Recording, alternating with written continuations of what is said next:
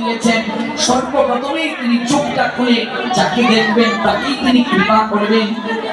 তুই সর্বপ্রথম যা। দুর্যোধন ছুটতে শুরু করলো।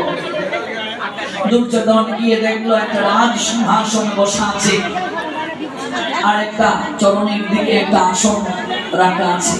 দুর্যোধনের মনে এরকম ভাবনা জাগলো, আমি কুরু সম্রাটের পুত্র, আমি রাজ সিংহাসন ছাড়া নিচে বসবো, এরকম একটা অহংকার ভাব এলো এবং রাজ সিংহাসনে বসে প্রতীক্ষা করছে দুর্যোধন কবে গোবিন্দ চোখটা খুলবেন।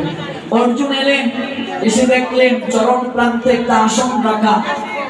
অর্জুন করজোড়ে চরণ প্রান্তে আসনে বসে অশ্রু বরিশন করে মনে মনে চিন্তা করছে কবে মাধব চোখটা খুলবেন, কবে মাধবের কৃপা দৃষ্টি আমার উপর পড়বে।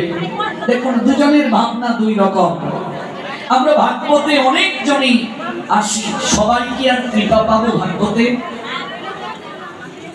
গঙ্গা স্নানে অগণিত লোক যায়, সবাই কি আর গঙ্গা স্নান করে পবিত্র হতে পারে? পারে মা? যদি পারত তাহলে মহাদেব আর পার্বতীর এই লীলাটা হতো না। পার্বতী প্রশ্ন করেছিলেন মহাদেবকে, এই যে অগণিত লোক গঙ্গা স্নান করতে এসেছে, সবাই কি পবিত্র হবে প্রভু? সবাই কি উদ্ধার হবে? মহাদেব একটু মৃদু হাসলেন, হেসে বললেন, দেবী সবাই গঙ্গা স্নান করতে এসেছে তুমি বলেছ, সবাই কি গঙ্গা স্নান করতে এসেছে?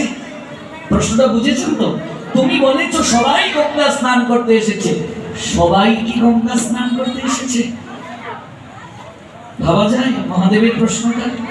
পার্বতী অবাক হয়ে বলছেন, কেন? সবাই তো স্নান করতে এসেছে।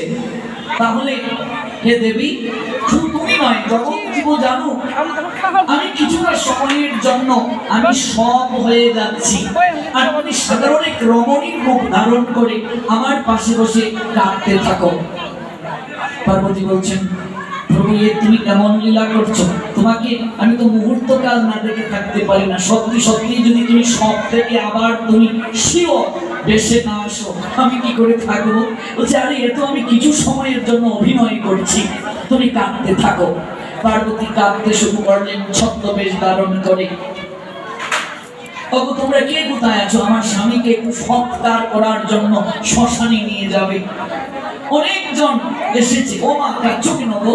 বলছে, আমার স্বামী গঙ্গা স্নান করতে এসে দেহ রেখেছেন, একটু সৎকার দরকার বাবা, একটু নিয়ে যাবে শ্মশানে।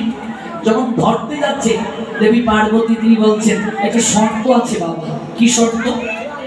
যদি কোনো পাপী আমার স্বামীকে স্পর্শ করে সঙ্গে সঙ্গে সে ভস্ম হয়ে যাবে। 10 হাত দূরে লাফ দিয়ে বলছে,